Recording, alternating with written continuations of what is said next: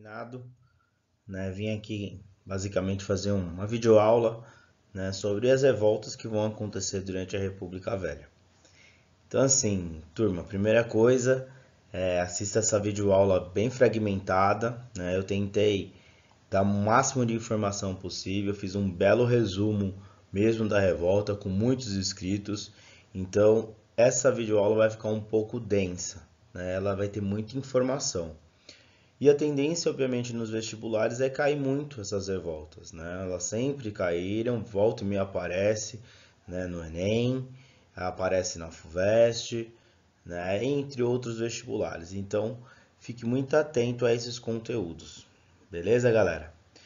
E aí, óbvio que eu vou começar as revoltas desde o início, tá? Eu fiz meio que uma ordem cronológica, mas ao mesmo tempo não. Você vai entender, obviamente, quando eu for contando para você um pouquinho, né, dessas revoltas que vão acontecer nessa República Velha, né, da história do Brasil. Mas vamos lá. A primeira revolta que eu venho falar, tá? É uma revolta que a gente já começa bem esquisito, né? A primeira coisa que a gente tem que lembrar é que a proclamação da República foi feita com militares, lembra? Mas as oligarquias, né? Essas oligarquias, boa parte guiadas pelo café, né? O famoso PRP, Partido Republicano Mineiro. Desculpa, Partido Republicano Paulista. Né? A gente tem que lembrar também que os partidos durante a República, eles vão ser regionalizados, com seus famosos PR. Então todo estado tem um PR, PR mineiro, PR paulista, PR gaúcho e assim vai indo, tá? Então é sempre PR alguma coisa, beleza? Mas enfim, a ideia é que a República ela foi feita através da aliança entre essas duas categorias sociais. Porém, galera, a gente tem que lembrar que já no governo provisório já houve muito choque entre os oligarcas com os militares. Tanto que lembra que houve uma crise econômica chamada de encilhamento, onde boa parte dessas oligarquias não apoiava o projeto dos militares de industrialização. Tanto que falhou o projeto, né? Houve até um surto, mas não teve efeitos para uma mudança estrutural do Brasil economicamente falando. Sendo assim, você percebe que há um choque entre os dois grupos que estão dirigindo o país. Porém, de acordo com a Carta Constitucional, o primeiro presidente a ser eleito seria de forma indireta.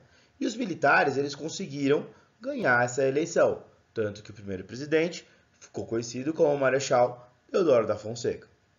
Porém, os oligarcas meio que aceitou de início, mas não aceitou. Porque em momento seguinte já tentou derrubar Deodoro da Fonseca. É isso mesmo, galera. O primeiro presidente da República do Brasil já vai ter um problema gigante, que é esses oligarcas que estão no Congresso e logo de cara vão acusar o Deodoro como responsável pelo exiliamento. E vão entrar com um processo chamado de impeachment, tentando derrubar esse governo, certo? Responsabilizando ele por essa crise econômica. Obviamente dizendo que o governo cometeu então uma irresponsabilidade, né, econômica, fiscal aí basicamente por conta dessa crise. Certo? Até aí, gente, a Constituição permite fazer isso, né? Mesmo sendo uma ação contraditória, uma ação negativa, a Constituição permite, tá legalizada a coisa, né? O Deodoro acaba não aceitando esse processo. Resultado, o Deodoro ele vai tentar dar um golpe de Estado. É isto mesmo, galera. O primeiro presidente da República do país tentou dar um golpe de Estado sobre a nossa nação. O que ele tentou fazer? Não aceitando o impeachment, o Deodoro simplesmente ele tentou fechar o Congresso de forma violenta. Qual que é a questão central? O Deodoro, né, na verdade, ele não sei se conversou, se desconversou, enfim, ele não recebeu apoio do seu vice-presidente, chamado na época de Floriano Peixoto. E nem teve apoio da Marinha do Brasil, que na época era liderado por um cara chamado Custódio de Mello. Resultado, turma, o que vai acontecer?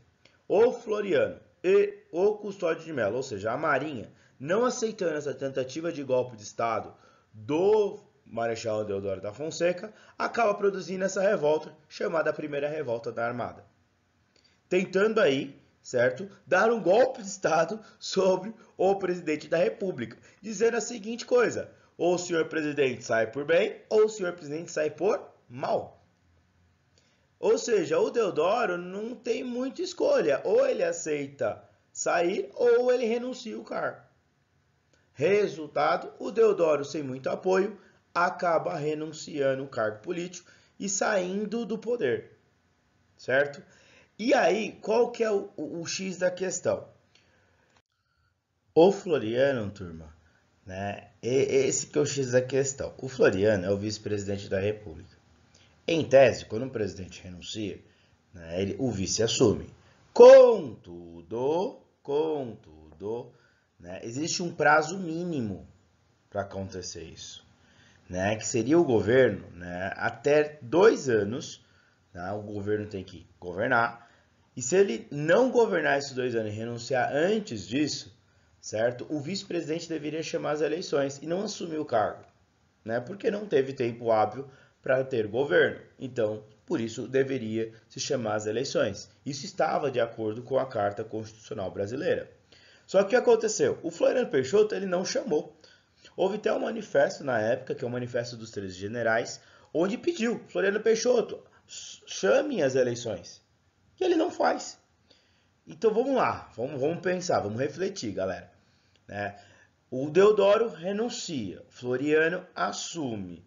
O Deodoro queria dar um golpe. A primeira revolta da Armada não aceita. Tira Deodoro. Em tese, isso é uma ação golpista, né? O Floriano Peixoto, ele deveria chamar as eleições. Não chama.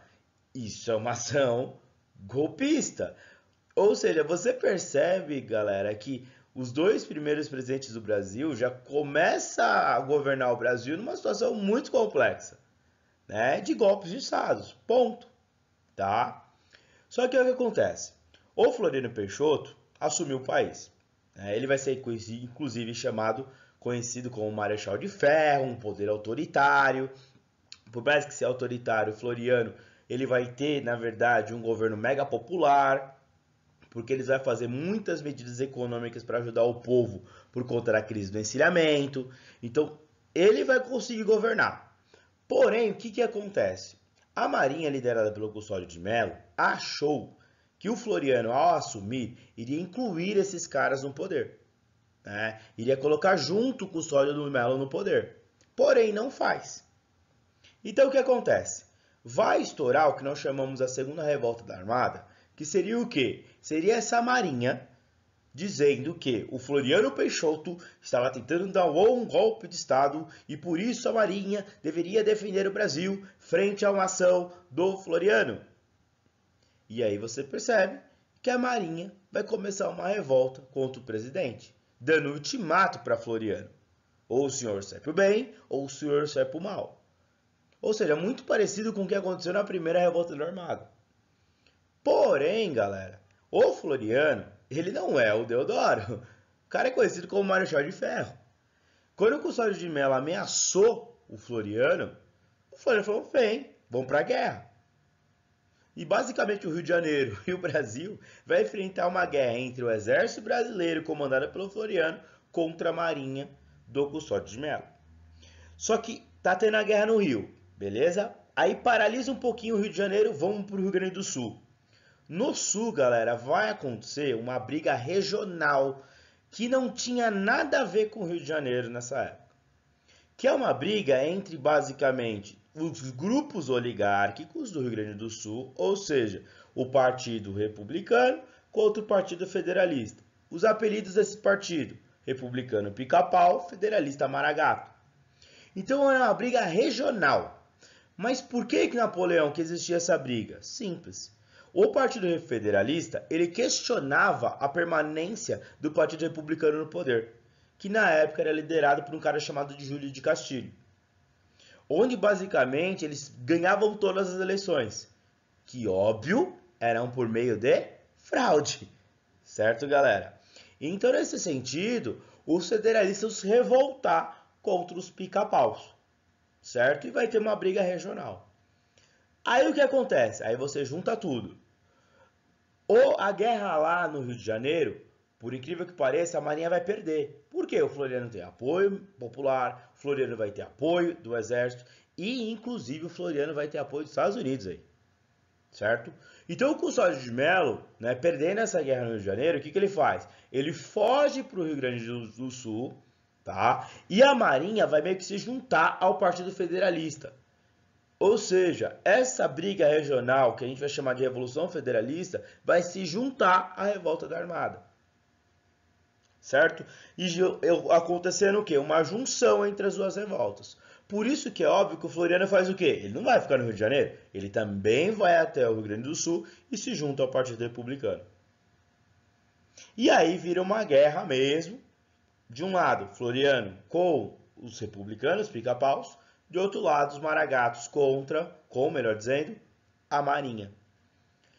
O final dessa revolta é simples. O Floriano vai ganhar junto com os republicanos e vai reprimir tanto a revolta federalista como a revolta da Armada, certo? Acabando com as suas revoltas. Ou seja, o que eu gosto de colocar, gente?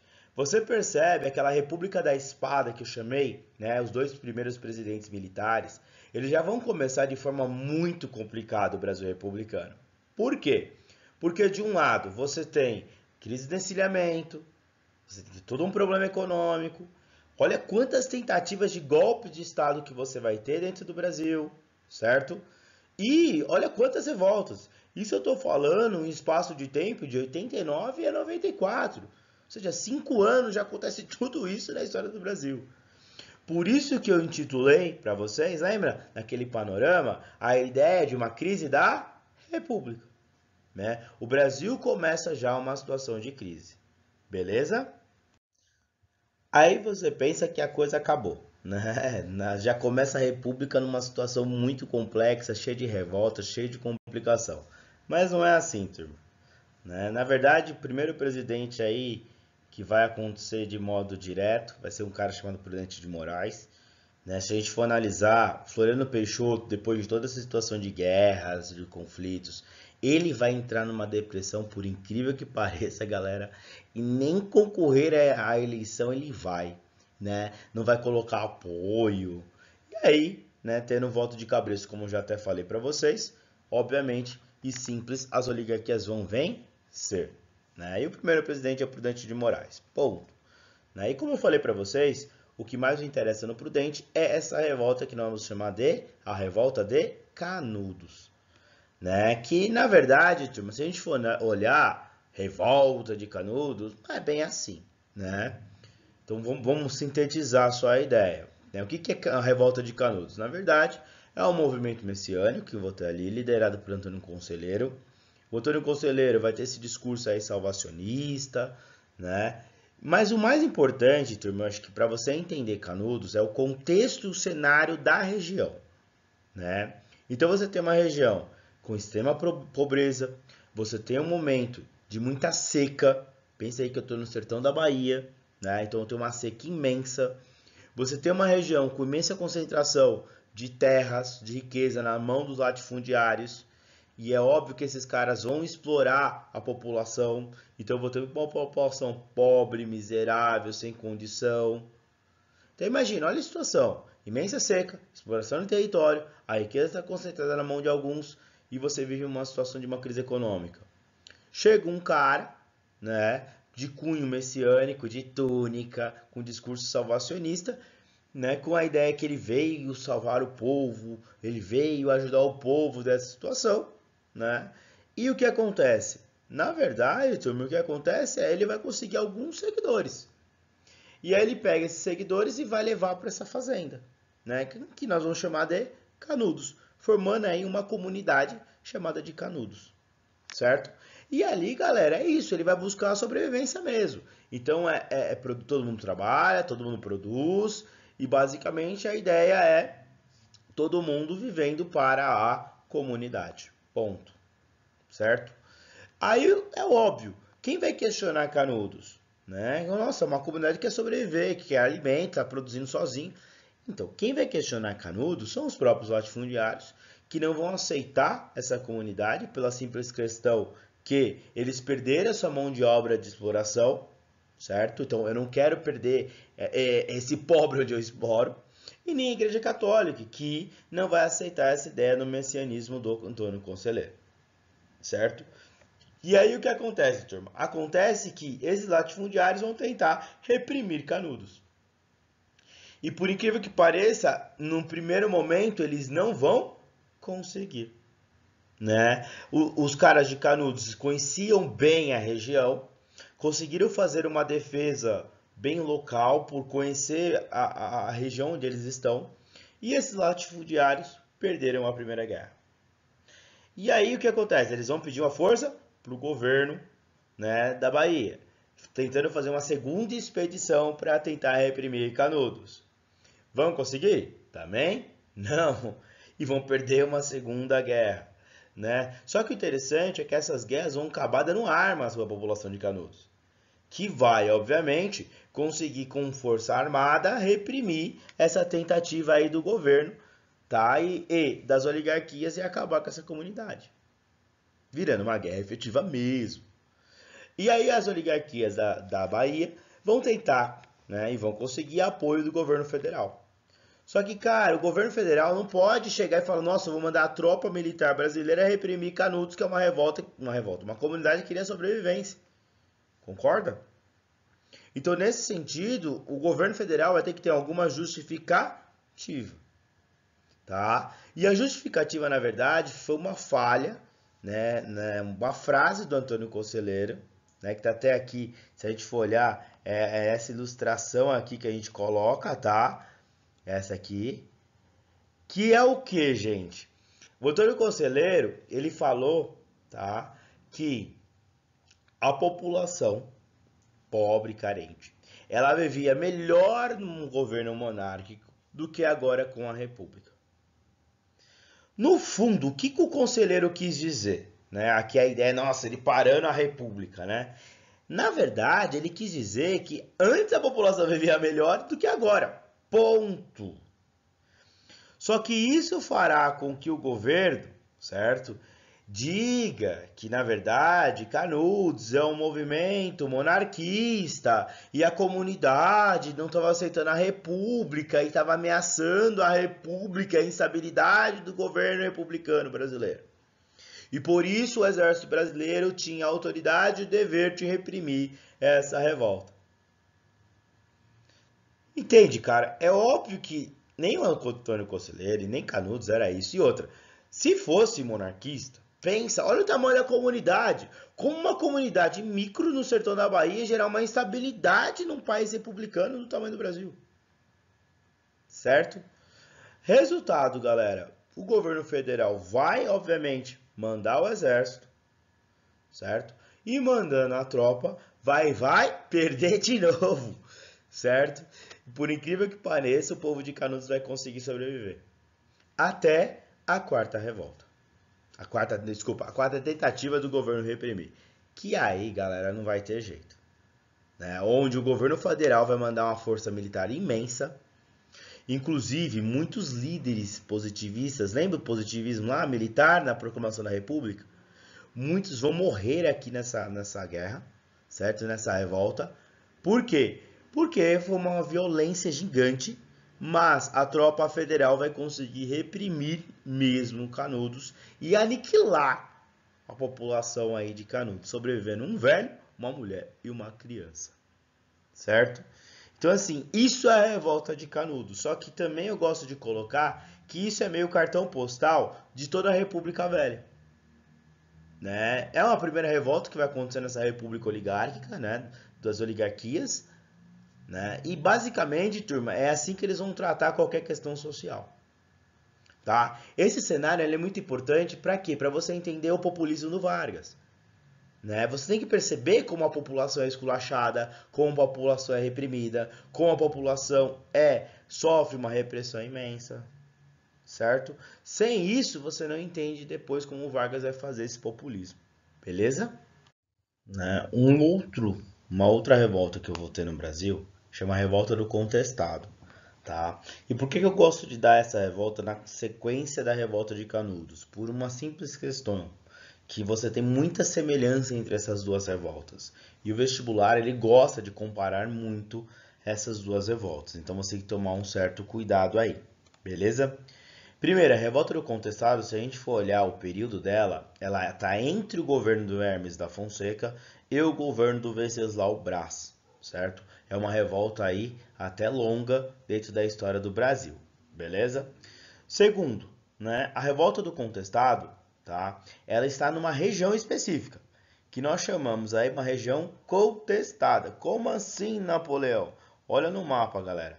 Você tem toda uma região aqui entre Santa Catarina e Curitiba, e na verdade Paraná, onde não era nem do Paraná e nem de Santa Catarina, tá? Na verdade era uma região contestada, essa região aqui era uma região contestada, tanto por um lado como pelo outro, tá? Então você tem uma disputa aí jurídica nessa região, né? Tá? Além disso, e aí volta Canudos. Você tem uma região com a população pobre, explorada, miserável, uma região de grande concentração de terra na mão do latifundiário. Você tem uma grande exploração desses pobres, dessa camada inferior por esses latifundiários. Percebe que é o mesmo cenário de Canudos? Né? Só cuidado, não estou no sertão da Bahia, então não tem a seca, certo? Porém, outra diferença que eu tenho aqui é essa que eu chamo de ferrovia. Né? Tá vendo essa linha pontilhada aqui no mapinha? Você percebe que tinha-se um projeto, tá, do governo, onde basicamente seria instalar uma ferrovia entre essas regiões, com objetivo muito claro. De circulação mais rápida de população, como também de mercadoria, né, entre as regiões e até eu pensar a ideia do escoamento dela para o mundo, beleza? Então você percebe que foi instalada uma ferrovia bem aí, a ideia era essa. Né? Então tem uma empresa aí norte-americana que vai produzir essa ferrovia, e o interessante é que o governo federal cedeu, né, 15 quilômetros para um lado e 15 quilômetros para o outro de território para a ferrovia. Então, além do território para construir, né, a ferrovia, você tem mais 30 quilômetros cedido aí para essa empresa. Qual que é o problema? O problema é que, na verdade, você tem populações morando ali, que basicamente vão ser desapropriadas pela ferrovia. Dane-se, simplesmente vai embora. Tchau. Certo ponto, certo, galera? E aí, é justamente nessa região que vai nascer, adivinha o quê? Um líder messiânico, chamado de João Maria. Esse líder messiânico vai ter essa ideia de curandeiro, de milagreiro, né, de salvacionismo, parecido com Canudos. É aí que acontece o que, turma? É aí que acontece que esse João Maria vai conseguir formar comunidades, no plural, nessa região, né, do contestado, certo? Então vai ter várias comunidades formadas ali, né? O que acontece? Obviamente, os coronéis, as oligarquias da região não vão aceitar e vão tentar reprimir essa revolta, né? Existindo várias batalhas para, né, reprimir esse movimento chamado de contestado, certo, galera? E obviamente a Força Armada Militar Brasileira vai ser usada principalmente quando, né, essas comunidades vão começar a destruir a ferrovia. Né? É até engraçado que a ferrovia era construída de dia, os caras destruíam à noite. Né? Então houve um processo de radicalização aí do movimento. Né? A tal ponto que aí o governo vai usar de uma força brutal, uma força mega armada, certo? Inclusive vai ter bombardeamento aí, vai se usar avião, né, para bombardear a região do contestado. Então assim, vai ser uma aniquilação total, basicamente, dessa população.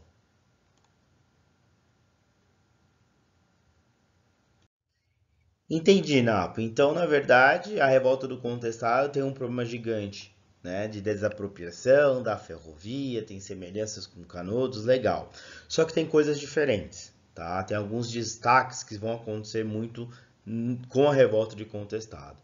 Primeiro, né? Eu falei que são várias revoltas, são várias comunidades. Então, para acabar essas comunidades, na verdade, são várias guerras, né?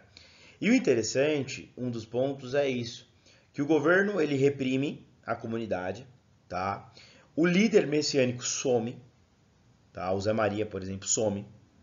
E aí passa um tempo, as outras comunidades continuam vivendo e surge um novo líder messiânico que não é o mesmo cara, não é idêntico ao mesmo cara, mas até parece. E se titula o Messias, o Zé Maria, e o povo aceita, certo? E aí vai ter nova batalha, e esse Zé Maria some de novo, né? E aí reprime de novo, o governo consegue reprimir e vai ter, né, novas comunidades existindo sem líder. E aí passa o tempo, nasce um novo líder, que nós vamos chamar inclusive de João Maria, né? E o povo acaba aceitando esse líder, né? Então assim, galera, acho que um ponto importante você perceber, se a gente for analisar especificamente a revolta de Contestado, que essa revolta, na verdade, ela vão ter algumas lideranças messiânicas, José Maria, dois e um chamado João Maria, mas o interessante é que as comunidades elas vão existir mesmo sem essa liderança. Isso é um ponto importante, certo? E, além disto, tá? Essa revolta, por incrível que pareça, ela tem o que? Uma característica que nós chamamos de milenarista. Ela acha que, tá? Essa comunidade, e melhor falando, ela é muito religiosa, tá?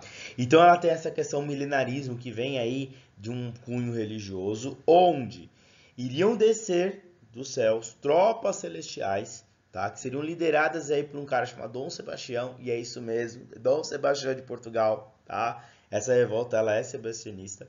E essa tropa celestial iria se unir à tropa terrestre liderada aí pelo Zé e pelo João, e ambas iriam salvar essa população dessa condição precária, dessa condição de exploração e etc. Tá? Então você percebe que essa comunidade ela tem esse envolvimento milenarismo, tem essa ideia sebastianista, que não é à toa. Por quê? Porque se a gente for olhar, o Zé Maria, lá o primeiro, ele tem muito aspecto, gente, da cultura portuguesa. E você vai perceber que essas comunidades de contestado, ela vai se desenvolver uma religiosidade muito intensa. Tanto que você vai ter vilas santas, você vai ter festas, você vai ter rituais públicos religiosos, você vai ter uma certa hierarquia religiosa, tanto que nas comunidades vão ter o que eles chamam de as 12 virgens de contestado. Você vai ter crianças, né, com uma ideia de vidente, trazendo a fala de Deus para essas comunidades. Então você tem todo um aspecto religioso muito colocado nessa revolta de contestado, certo? E aí sem tomar um certo cuidado. Então vamos pensar assim, galera, vamos sintetizar, né? As revoltas, Contestado e Canudos se comparam. Então, o que a gente tem que ter de destaque para a gente lembrar? Primeiro, Canudos, né? Você percebe que só tem um líder, que é o Antônio Conselheiro. Contestado, você tem mais líderes. E mesmo os líderes morrendo, Contestado continua, certo? Então, há essa diferença de Canudos. O Antônio Conselheiro morreu, Contestado acabou, certo? Além disso, Contestado tem essa questão milenarista, né, dessa tropa celestial liderada por Dom Sebastião. Então, além do milenarismo, tem o sebastianismo muito colocado ali em Contestado. E por último, nós podemos falar muito essa ideia da religiosidade dentro de Contestado. Então, as festas, esses encontros públicos, as vilas santas, essas virgens, essas crianças, certo? Esse ponto é muito importante dentro de Contestado. Não é que Canudos não é religioso, mas que o Contestado é mais religioso. Tem uma religiosidade maior, certo? E inclusive por isso você tem uma certa divisão de funções e lideranças, que não tem em Canudos, certo? Porque, por exemplo, as 12 virgens, elas não vão trabalhar para a comunidade, no sentido manual, no sentido trabalho braçal. Elas vão ser as virgens, as videntes, entende? Então tem umas diferenças que tem que ficar muito claro para vocês nos vestibulares, porque eles vão acabar cobrando essa diferença entre Contestado e Canudos, beleza? E aí, galera, eu parto para as revoltas que vão estar mais vinculadas às cidades, certo? E eu começo por essa revolta, que eu acho que é uma das mais importantes para esse ano, tá, de 2022, pensando ainda mais que houve todo esse problema no passado da vacina, Covid-19, então eu tomaria muito cuidado com essa revolta, tá? Primeiro, eu não consigo entender a revolta da vacina, né, sem entender o contexto onde ela está inserida. Porque essa revolta vai ser em 1904. Então não é à toa o movimento, certo? Então o que você tem, turma? Primeiro, a revolta da vacina, tá? É uma revolta que vai acontecer num cenário onde o primeiro ponto é isso. Ela vai acontecer no governo Rodrigues Alves, mas o governo anterior, que é o Campos Salles, ele produziu uma política deflacionária onde gerou muitos problemas para a sociedade povão mesmo.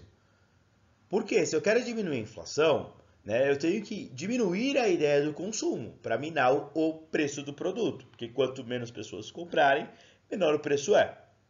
Isso é uma política básica deflacionária. Tá? É o único meio de fazer? Não, existem vários meios. Esse é um e é o que o Brasil normalmente adota. Então, se aumenta imposto, diminui salário, e aí a ideia é que esses caras vão ter dificuldades de comprar. E aí vai diminuindo mesmo o preço. Né? O Campos Salles teve sucesso nessa política. Só que o que isso vai gerar para essas comunidades mais pobres? Você percebe que, muitas empresas não vão conseguir vender. Resultado, vai ter falência de empresa. Resultado, vai ter desemprego. Então pensa, diminui o salário, muitas vezes não tem emprego. Resultado, a condição de vida dessa população é ruim. Certo? Aí, o que vai acontecer? Junto a isto, o governo Rodrigues Alves, ele vai tentar fazer um projeto de reurbanização, criando uma ideia das cidades urbanas avançadas, né? Tanto que a ideia é o Rio de Janeiro ser um cartão postal para o Brasil. Então, o Rodrigues Alves, né, e o governo do estado do Rio de Janeiro, ele vai tentar reformular todo o Rio de Janeiro, criando até a ideia de um projeto da Paris Tropical, onde ele vai tentar acabar com o cortiço, ele vai demolir muitas casas, né? E, além disso, alargar as grandes avenidas aí dentro do Rio de Janeiro. Qual que é o problema da situação, então? O problema, galera, é que, por exemplo, o Campos Salles, o Rodrigues Alves, ele vai tentar reurbanizar, né? Então vai tentar alargar essa avenida central. Resultado, tinha pessoas morando ali. Então o que ele faz? Ele expulsa. Simplesmente expulsa. Mas sem um projeto de moradia, sem um projeto de realocação, nada. Simplesmente expulsa. Do dia para o outro você já não mora mais na sua casa. Então vai ter um processo de desapropriação enorme dessa região. Né? Então você tem que entender que as pessoas vão sair das suas casas. E muito acontece que elas não vão receber indenização. Por isso, inclusive, muito desse indivíduo vai morar basicamente nos morros, nas favelas do Rio de Janeiro. Beleza?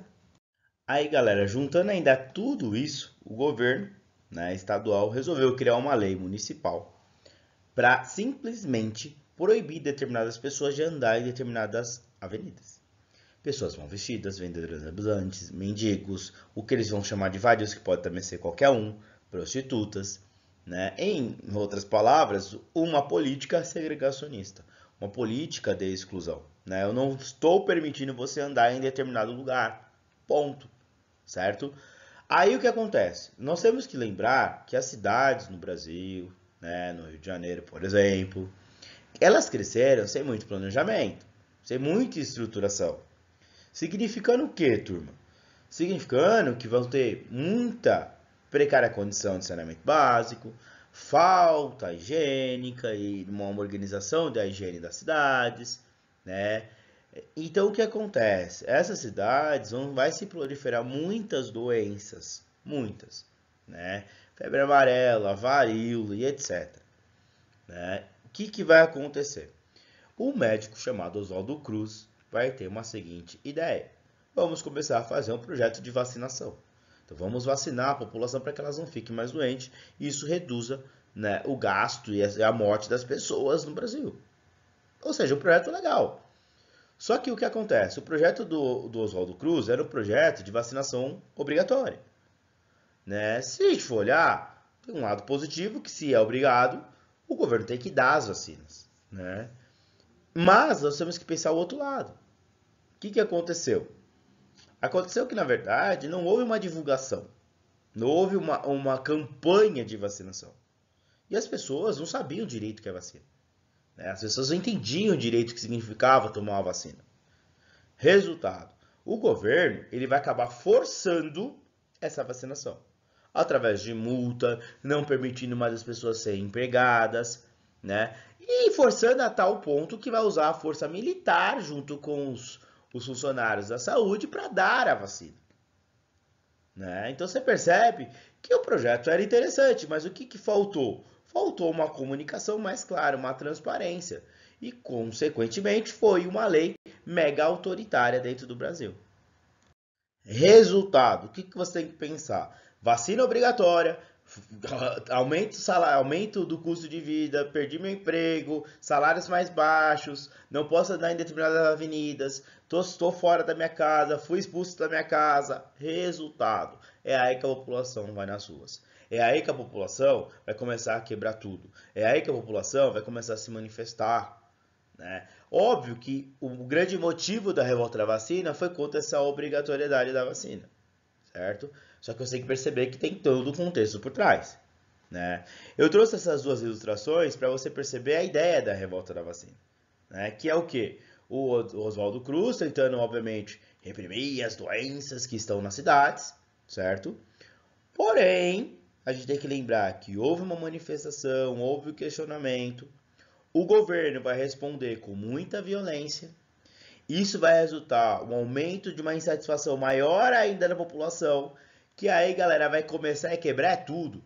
Queima bonde, destrói loja, saqueia a loja, rouba coisa, arranca coisa da rua, né? Então você percebe que vai virar uma revolta imensa, uma coisa intensamente violenta, né? E aí o governo vai responder com mais violenta. Tanto que se você for olhar a charge aqui, você tem uma seringuinha aqui para simbolizar a ideia da vacina, né? E aí, galera, o governo, República Velha, República Oligárquica, vai responder como ele sempre responde, com uma intensa violência, com uma força brutal sobre a população que se revoltou nesse contexto contra a vacina. Só que é óbvio, não é só contra a vacina, né? A gente tem que olhar todo esse contexto da história do Brasil, por exemplo, no Rio de Janeiro. Beleza? Além da revolta da vacina, galera, eu tenho que tomar um cuidado com a famosa revolta da chibata, tá? Que é o quê? É uma revolta de marinheiros, tá? Que eles vão questionar, principalmente, as péssimas condições de vida dele. Tanto que eu coloquei essa ilustração no fundo do slide. A ideia é que péssima condição é essa, Napoleão? Simples. Os marinheiros, gente, eles tinham baixo salário, tinham trabalho excessivo, eram maltratados, tinham péssimas condições de trabalho mesmo no dia a dia e, além disso, recebiam castigos corporais, que é a chibata, né? E por quê? Bom, eu coloquei essa ilustração para você entender um pouquinho. Gente, lembra quando eu falei da Lei Áurea? Né? A Lei Áurea, na verdade, lembra que eu falei que não houve um projeto de inclusão, os negros vão ser libertos e eles vão ocupar cargos, né, basicamente de baixa remuneração. Então, muitos são cargos públicos, por exemplo, de marinheiro, soldado. Então, você percebe que vai existir na história aqui que existe um resquício da escravidão ainda, né? Que são esses castigos corporais desses marinheiros. Resultado. Então imagina essa condição totalmente precária, uma condição difícil de vida, uma condição difícil de trabalho, certo? O que vai acontecer? O Brasil comprou nesse momento dois grandes navios de guerra chamados encoraçados, o Encoraçado de São Paulo e o Encoraçado de Minas, certo? E aí trouxe para o Rio de Janeiro e etc. Os marinheiros vão ser treinados pelos estrangeiros, que esse navio é estrangeiro, legal. Chegou um determinado momento, tá, nesse ano de 1910, que simplesmente os almirantes saíram do navio.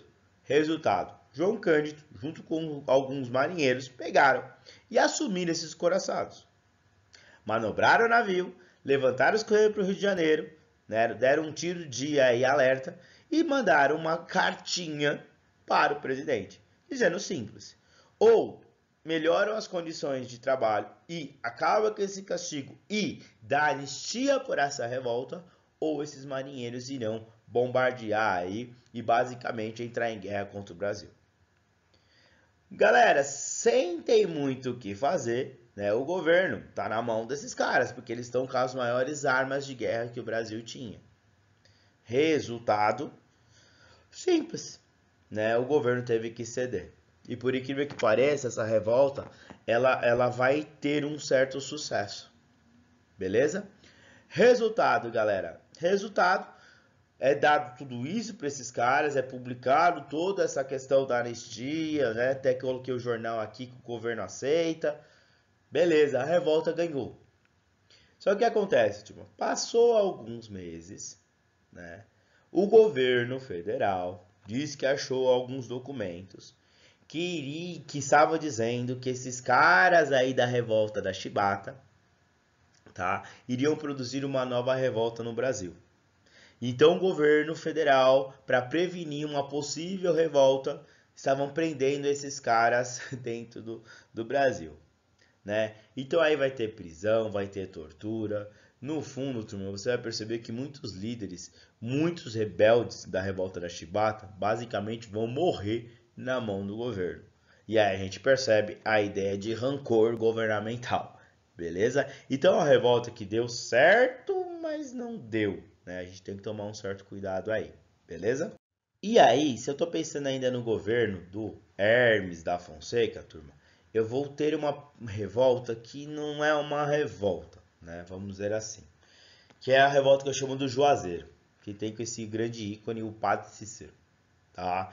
E eu tomaria muito cuidado esse ano com esse cara, beleza? É uma revolta que recentemente saiu uma reportagem falando do Padre Cícero, existe uma ideia de santificação do Padre Cícero com a Igreja Católica, então eu tomaria muito cuidado com essa revolta, beleza? Então, qual é o contexto da revolta do Juazeiro, tá? Eu estou no governo do Hermes da Fonseca e eu tenho que lembrar que o governo do Hermes da Fonseca fez uma política chamada Política da Salvação, onde, nessa política, ele tentou acabar com a política dos governadores. Então, como ele vai fazer isso? Ele vai tentar substituir, tá, os governos estaduais por líderes que apoiam ele. Então ele vai tentar intervir e vai mesmo, de forma autoritária, intervir, tá, nos estados brasileiros. Por exemplo, no estado do Ceará. Beleza? E aí o que você tem? Você tem uma população carente, uma população explorada, né? E você tem esse grande ícone chamado de Padre Cícero. Que acontece o quê? Esse é um líder, tá? Basicamente, além de um líder popular por ser beato, por ser milagreiro, por ser considerado santo, por ser um líder mega religioso, popular da região do Ceará, é um líder que também tem muito apoio das oligarquias do Ceará. Não do todo, mas tem algumas oligarquias que apoiam ele. Ou seja, é um cara, politicamente falando, muito influente. Então, o que vai acontecer? O Hermes da Fonseca, nesse passo de tentar lutar contra a política das oligarquias, vai pegar e vai tirar muitos líderes do Ceará do poder. Isso inclui o Padre Cícero. Resultado: o Padre Cícero, junto com esses oligarcas, vão juntar uma força e vão se revoltar contra essa atitude do governo federal. E aí vai começar um conflito, uma guerra, certo? Nessa região do Ceará. Só que o Padre Cícero vai conseguir apoio popular, porque tem essa visão do beato, do santo, do milagreiro, gerando uma mega revolta contra o governo federal. Certo? Como vai acabar essa revolta? Simples, tá? As oligarquias vão conseguir negociar com os oligarcas do Rio de Janeiro um certo retrocesso da ação do Hermes da Fonseca, tá? E vai conseguir, né? Vai se chamar novas eleições no Ceará, beleza? O Padre Cícero vai voltar a ter seu cargo, tá? No Ceará de vice-governador.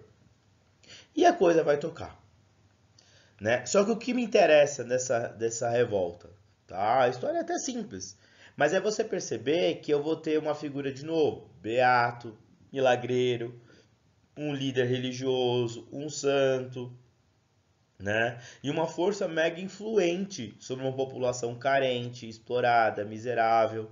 Lembrando muito, por exemplo, o que aconteceu em Canudos, o que aconteceu em Contestado. Beleza? Então tem que tomar um cuidado aí com o Padre Cícero. E aí, turma, eu vou já caminhando, né, por uma das últimas revoltas populares que eu vou ter na República Velha, que é a chamada Greve Geral de 17. Né? Essa greve geral é um movimento basicamente operário, tá? Um movimento operário e busca de melhores condições de trabalho, certo? E aqui, turma, eu paro para refletir um tiquinho com vocês sobre a seguinte situação. Volto a dizer, como será que as cidades cresceram no século XX? Né? E como eu falei na revolta da vacina, elas não cresceram de forma organizada, planejada. Então você tem uma população mega pobre, uma população que muitas vezes vão viver em cortiços, uma população que vão viver muitas vezes em favela, uma população onde não tem saneamento básico, uma população onde não teve seu salário reajustado de forma adequada, de acordo com a inflação, ou seja, uma população carente. E aí eu paro e te pergunto, como será que é viver no cortiço? Né? Até coloquei essa foto no fundo para ilustrar. Como será que é viver numa região de cortiço? Onde, gente, lembra o que é o cortiço? Né? Tem até o livro O Cortiço, mas lembra uma espécie de periferia onde você tem, né, várias casinhas, ou não precisa nem ser uma casinha, pode ser, isso existiu, tá, gente? Uma região meio que industrial, onde você tem quartinhos, tá? Onde você, cada quarto você vai ter famílias morando, né? E essas famílias vão pegar e dividir basicamente um único banheiro, né? Onde você vai ter uma única região ali, onde você tem um pequeno, não poça, mas um lugar com água para as pessoas lavarem suas roupas, todo mundo junto, né? É um montoado de pessoas morando numa única região, né? Então você tem uma população extremamente vivendo mal, uma condição de vida muito difícil, muito insalubre. Aí você tem uma população sem direitos, certo? Não tem direito trabalhista, então faltou, ficou doente, perdeu, não recebe salário, você trabalha 16 horas no dia, certo? Você tem o seu filho trabalhando como engraxate, como que der, né? Se tiver algum trabalho remunerado, vai ser explorado. A mulher trabalha, né? Isso não tem nenhum problema a mulher trabalhar, porém, o problema é muitas vezes a mulher que trabalha, ela vai ser abusada pelo seu patrão, ela chega e reclamar na polícia, mas nada é feito porque o patrão é influente. Então você percebe que a mulher vai receber maus tratos, vai ser abusada. Você já imaginou você vivendo numa situação assim? Certo? E aí, galera, não vai ter jeito. Cedo ou tarde isso aí explodir uma revolta. Né? Você percebe constantemente que vendo numa situação assim, vai chegar um momento de estourar a revolta. Resultado, turma. Um ponto importante você entender é que muitos dos imigrantes, lembra os imigrantes que vieram lá do Segundo Reinado? Eles vieram para a cidade. Só que o imigrante que veio para a cidade trouxe consigo toda a bagagem cultural que veio da Europa. Então a ideia de movimento anarquista, socialista, greve, isso tudo se tinha na Europa e veio para o Brasil. Não, então os imigrantes vão influenciar a greve geral 17, mas sem dúvida, sem dúvida. Tanto que a gente pode falar de uma certa liderança anarco-sindicalista, né? Você percebe que a greve geral vai ser uma certa influência da imprensa literária, que é um movimento literário que vai questionar um pouco essa condição de vida dessa população urbana. Resultado, galera, né? Vai ser simples. Os operários vão paralisar, né? Vão fechar as fábricas e falar ninguém mais trabalha, chega. Né? A gente só volta a trabalhar se a gente tiver isso sendo dado. Melhores condições de trabalho, direitos trabalhistas, aumento salarial, regularização das condições de trabalho, como jornada de trabalho, né? Você não ser penalizado se você faltar por questão de doença, não ser penalizado se eu fizer uma greve. Então entende que vai ser todo um processo de luta para ampliação desses direitos desses trabalhadores, certo? Nessa cidade do Rio de Janeiro, São Paulo, e vão paralisar mesmo. Só que é óbvio, né, que essa agitação proletariada, essa agitação, obviamente, dos operários, né, nessa região urbana, não vai dar em muita coisa. Por quê? Porque o governo vai reprimir de forma muito, muito violenta, muito intensa, certo? Só que o interessante, gente, qual que é? É que a greve geral 17 foi um marco. Em 1917 houve essa greve. Foi reprimida, ok. Só que ela não vai parar ali. Né? Você vai perceber que em todo o século XX, toda a década de 20, desculpa, você percebe que vai ter greve, vai se intensificar cada vez mais. né? E esses direitos trabalhistas, previdência, jornada de trabalho, salário, vai ser muito utilizado por Getúlio Vargas. Lembra como eu falei? Gente, se você não entender essas revoltas, se você não entender esses contextos de como a população ela foi excluída, expulsa, esculachada, explorada, reprimida, você não entende Vargas. Vargas vai pegar todo esse cenário e vai trazer para ele, certo? Vargas vai pegar toda a situação e vai colocar para ele e vai sustentar o populismo aí, entende? Então todo esse contexto de República Velha é muito importante, beleza? Aí, galera, para terminar, né, os movimentos de revolta da República Velha, né, basicamente até agora foi um movimento popular, movimento do povo, movimento que muitos não deram certo, né? E existe esse movimento, né, de revolta muito importante da história do Brasil da República Velha, que é chamado de movimento tenentista, né? Como eu já disse para vocês, esse movimento é um movimento muito importante para entender a Revolução de 30. Né? E que não tem nada a ver com o povo, é um movimento aí que a gente coloca de uma categoria de militares, certo? Não é um movimento lá popular, tudo bem? Então você percebe, vamos lá, primeiro, o que é o movimento tenentista? Né? É um movimento de militares de baixa patente, onde o objetivo deles é derrubar o governo, ponto. Né? Eles não têm uma ideologia muito bem definida. Né? E, na verdade, o que eles querem? Eles têm um conjunto de ideias de mudança. Um conjunto de ideias de reformas dentro do Brasil. Então, por exemplo, a ideia de voto secreto, a ideia de alfabetização obrigatória, a ideia de ter leis trabalhistas, a ideia de apoiar um projeto de industrialização, a ideia de mudar o Brasil, ponto. Algo muito simples. Você percebe que é um conjunto de ideias de avançar o Brasil. Ponto. Certo, turma? Mas onde a coisa vai pegar, galera, né, nesse movimento tenentista? A coisa vai pegar num episódio bem marcante, tá? No momento de transição, tá? Sai Epitácio Pessoa, vai entrar Arthur Bernardes. E antes do Arthur Bernardes assumir, vai ter um episódio que a gente vai chamar de episódio das cartas falsas, tá? Que hoje a gente conhece. Só que na época eu não sabia direito se era falso ou não, mas se saiu no jornal essa carta, não só essa como outras cartas, né? E ao ler essa carta, você vai perceber o quê? Você vai perceber que, basicamente, o Arthur Bernardes que assina ela tá, desculpa, esculachando, basicamente, o Hermes da Fonseca. De sargentão sem compostura, né? Ele vai falar no meio da carta que esse sargento, basicamente, vai participar de uma orgia. Aqui, ó, nessa orgia. Né? Que esse sargento ele tem que ser reprimido, tem que ser... Cara, mas esse episódio não é verdadeiro, é um episódio falso. Entende? Só que na época ninguém sabia, ninguém entendia. E essa carta, essa correspondência que foi publicada no jornal, ela meio que vai servir de estopim para estourar o movimento tenentista. Certo? E basicamente, galera, o primeiro movimento tenentista que nós temos é o movimento que a gente chama de 18 de Forte de Copacabana. Então o que vai acontecer? Há o episódio das cartas falsas. Os tenentes, eles vão tentar se mobilizar, fazendo a revolta, vamos derrubar o governo mesmo, certo? Se juntaram no Forte de Copacabana. Como é Brasil, gente, a ideia deles se revoltarem, eles tentarem um movimento contra o governo, já estava muito claro. Então aí a alta patente militar não vai aceitar essa revolta, esse motim desses tenentes. E cercaram o Forte de Copacabana, ponto. E a ideia era um ultimato para os caras. Ou vocês vão sair do forte por bem, ou vocês vão sair do forte por mal. Certo? E aí o que vai acontecer, galera? Muitos tenentes vão acabar esvaziando o movimento, sobrando 17 tenentes. E aí esses tenentes falam, não vou aceitar, vou tentar mesmo derrubar o governo. E os caras tentaram mesmo, vão sair do forte de Copacabana, vão começar a marchar nas avenidas de Copacabana e vão tentar chamar o povo. Povo, venha para a revolta. Povo, vamos tentar acabar com esse governo oligárquico corrupto, safado. Vamos tentar assumir e formar um governo para frente, um governo com voto secreto. E vamos tentar chamar o povo.